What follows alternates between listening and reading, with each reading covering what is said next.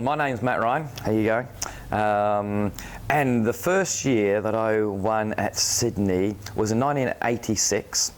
I was riding a homebred horse called Southland of Coolalee, bred by my parents, Rod and Sue Ryan, and it was a crossbred between an Andalusian stallion over a thoroughbred mare. And I'm pretty sure it was a two-star competition. It was a three-star and a two-star, and Southland of Coolalee, and I rode in the two-star competition, and we won. And I do remember it quite specifically because I had a bet with a fellow competitor. I had a case of beer on it, and I won that case of beer. I said I was going to win this, and we had a case of beer on it. On a more serious note, sort of the question leads to sort of what did it mean to me from a professional career? And really, I wasn't sure if I was going to be a professional eventer those days, but I always had in my mind, even as a young teenager, that I wanted to get to the Olympics. I wanted to win gold medals at the Olympics.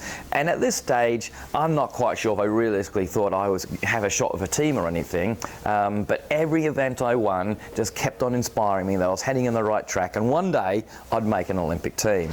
And interesting, and my parents really endorsed that and encouraged that as well. And the reason why this horse was called Southland of Coolalee is that my mum named it that. It was going to be representing the Southland. So if the Olympics were in the Northlands or the Northern Hemisphere, then this horse was going to be representing the Southern Hemisphere. And that actually happened. I took this horse, Southland of Coolalee, to Seoul Olympics in 1988. Unfortunately, I was only a reserve team member, but we still got to the Northern Hemisphere of Southland of Coolalee. And when I eventually did go and base myself in the UK in 1989, Southland of Coolalee was one of the horses that I took over there. Kaiba TikTok was another one who became well known because of my success in the 1992 Olympics, and there was another horse called Matron True Blue.